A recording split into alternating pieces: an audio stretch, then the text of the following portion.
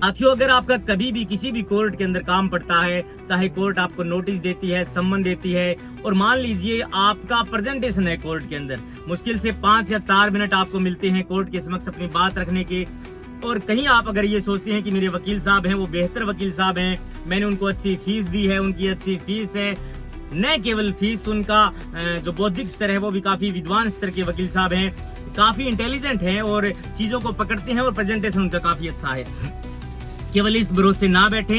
आपका प्रेजेंटेशन भी कोर्ट के अंदर मायने रखता है। अगर आपका प्रेजेंटेशन अच्छा है तो डेफिनेटली हो सकता है आपको कोर्ट के अंदर फायदा न मिले तो कम से कम नुकसान भी न उठाना पड़े।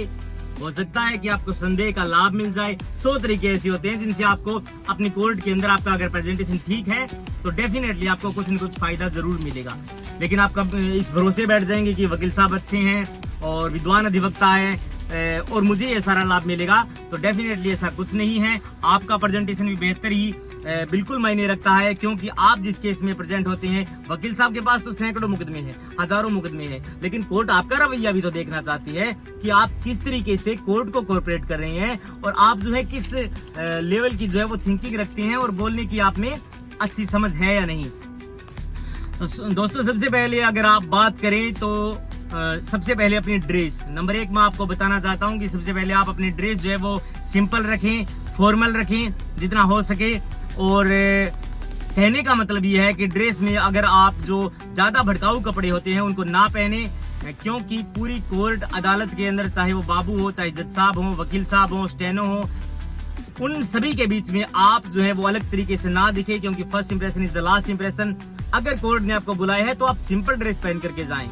नंबर 2, अगर कोर्ट आपको बोलने का मौका दे तो सबसे पहले आप ज्यादा उत्साहित ना हो, ज्यादा अग्रेसिव ना हो, हाथ जोड़ कर के विनम्रता से आप जो है वो श्रीमान जी, सर या फिर कोई भी जनाब शब्द है इससे शुरुआत कर सकते हैं। जो वकील साथी जो शब्द यूज करते हैं, my lord, my your honour और लॉर्डशिप, इन वर्ड्स का आप यूज ना करें, क्योंकि काफी गंभीर वर्ड होते हैं और ये वकील साहब यूज करते हैं, इनकी डेली की रूटीन होती है।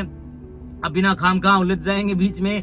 मैं आपको अब आगे बताना चाहता हूं कि आप जो है वो, अगर आप कोर्ट के अंदर प्रेजेंट हैं और आपसे जैसा आप पूछते हैं कि आपके वकील साहब कहाँ हैं, तो आप बिल्कुल उनसे कहिए, श्रीमान जी मैं अभी उनको बुला करके लाता हूं। वो किसी अन्य मैटर के अंदर अगर दूसरी कोर्ट के अंदर है तो आप वकील साहब को बुला करके लाएं। और उसके बाद में मैं आपको बता देना चाहता हूं कि आप जो है वो काफी पोलाइट और हम्बल रहें कोर्ट के अंदर, क्योंकि आप जो है वो, हो सकता है आपके अंदर काफी काबिलियत हो, आपको इंग्लिश आती हो, आपको जो है वो एक्स्ट्रा ऑर्डिनरी आपके अंदर टैलेंट हो, लॉ की भी नॉलेज हो, लेकिन आप कम से कम जो है वो इस तरीके का व्यवहार ना करें जिससे कि जज साहब को ये लगे कि व्यक्ति जो है वो ज्यादा गंभीर होकर के और इन्फोर्समेंट से अपनी चीजों को रखने का फोर्स कर रहा है। इसीलिए ज्यादा अग्रेसिव ना हो आप, ये बेहतर है आपके लिए। ज्यादा ओवर एक्टिंग आप ना करें, और ओवर एक्टिंग का मतलब है कि आप ऐसी चीजों का, ऐसे शब्दों का इस्तेमाल ना करें कि जिससे कि जज साहब को बुरा लगे। आप बेहद ही सिंपल तरीके से हम्बल होकर के आपको खड़े रहना है, क्योंकि वो न्यायमूर्ति है, वो जज साहब है, वो आपके मुकदमे का फैसला करने वाले हैं। इसलिए आप जो है वो एक्स्ट्रा ऑर्डिनरी बनने की कोशिश या प्रयास ना करें। हो सकता है आपको कानून का नॉलेज हो सकता है आपको बातों का नॉलेज हो, लेकिन आपको हम्बल होना ही पड़ेगा। आप जो है वो ओवर एक्टिंग नहीं कर सकते वहां। दूसरा मैं आपको ये कहना चाहता हूं कि आप जो है वो, हो सकता है जितना हो सके आप जो है वो चीजों को स्पष्ट करने की कोशिश करें। आप जो है बिल्कुल क्लियर चीजों को बताने की कोशिश करें। आप उससे पहले अपने वकील साहब से कंसल्ट कर सकते हैं कि इस मुकदमे के अंदर आप बता दीजिए मेरे को किस प्रकार से रिप्रेजेंट करना है। आप कम से कम अपना मोबाइल फोन जो है वो साइलेंट रखें। कई कोर्ट्स में मैंने देखा है, हमारे भी पहले कोर्ट्स में ये नियम था कि अगर किसी का भी फोन कॉल अगर बजता है, रिंग उसके ऊपर बजती है और वो जज साहब को सुनाई देती है, तो जज साहब फाइन लगा देते थे। तो मैं आपको ये बताना चाहता हूं कि कई कोर्ट्स में ऐसी प्रोसीजर है कि वो जुर्माना लगा सकते हैं, क्योंकि कोर्ट के अंदर जो है वो काफी गंभीरता से चीजों का विचारण किया जाता है। वहां पर हंसी मजाक माहौल या फिर फनी चीजों का टाइम नहीं होता, और कोई भी रिंगटोन सुनने के लिए आपकी नहीं बैठा है। तो कोर्ट के जो कर्मचारी होते हैं वो भी अपने फोन को साइलेंट रखते हैं। हो सकता है वो वाइब्रेशन के ऊपर रखें, लेकिन रिंग के ऊपर नहीं रखते हैं। तो सबसे पहले आपको इन चीजों का ध्यान रखना होगा। आप अपने हाथ जो है वो इस तरीके से बांध करके ना रखें या फिर आप अपने हाथ ऊपर नीचे जो है वो अलग अलग स्टाइल में कॉलर वगैरह, बिल्कुल आप सादगी से खड़े रहें। आपके हाथ बिल्कुल सीधे होने चाहिए या फिर विश्राम की पोजीशन में होने चाहिए। जब भी आपको बोलने का मौका मिले, जज साहब आपसे कहें, तो बिल्कुल पोलाइट हम्बल होकर के आप जो है वो अपनी बातें रखेंगे। अगर आप ऐसा नहीं करेंगे तो डेफिनेटली नुकसान आपको होगा। जज साहब का हो सकता है सोचने का रवैया जो है वो आपके प्रति अगर अनुचित लगे, उनको लगे कि ये ओवर एक्टिंग कर रहा है, या फिर ये चीजों को छुपाने की कोशिश कर रहा है, या फिर ये अपने आप को बहुत ओवर स्मार्ट समझता है, तो डेफिनेटली आपका उस मुकदमे के अंदर लॉस हो सकता है।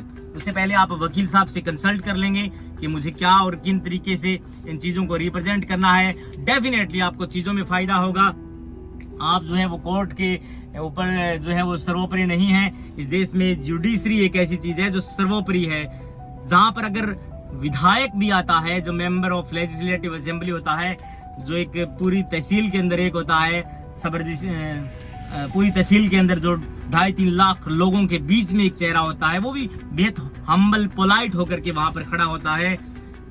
Because judiciary is everything. And मैं आपको कहना ये चाहता हूं कि अगर कोई भी एसपी भी वहां पर आए तो जुडिशरी को ये पावर है कि वो एसपी को भी दंडित कर सकती है अगर वो कोर्ट के अंदर बदतमीजी करता है, कोर्ट के अंदर ओवर एक्टिंग करता है। मान लीजिए एसपी तो सबसे बड़ा अधिकारी है जिले का, सुपरिटेंडेंट ऑफ पुलिस है, क्या करेंगे? तो आप कम से कम हम्बल रहें। वहां पर जो वकील साथी होते हैं वो भी बिल्कुल जो है वो हम्बल होकर के अपनी बातें रखते हैं, वो अग्रेसिव नहीं होते चीजों के ऊपर, वो जो है वो समझने की कोशिश करते हैं, फैक्ट और लॉ की बातें करते हैं, इधर उधर की बात नहीं करते।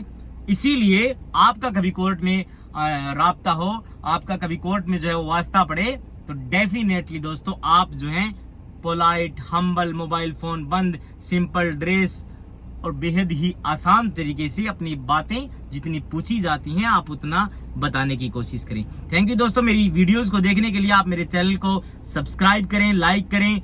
आने वाले में आप जो वीडियोस में हैं, मैं आपको अवेयरनेस के बारे में, पुलिस जो का रूड बिहेव है आम जनता के प्रति, उनको कैसे डील करनी है, आपको पुलिस ज्यादती करती है, जुल्म करती है, आपके ऊपर जो है वो अटैक करती है, उनको लैक ऑफ नॉलेज की वजह से वो आपको दबाने की कोशिश करती है, वो वीडियोस में आपको जो है वो रिप्रेजेंट करूंगा इस चैनल के ऊपर। तो ये मेरा चैनल है डीपी फैक्ट चेकर्स के नाम से, आप जो है वो इसको लाइक और सब्सक्राइब करें। थैंक यू दोस्तों।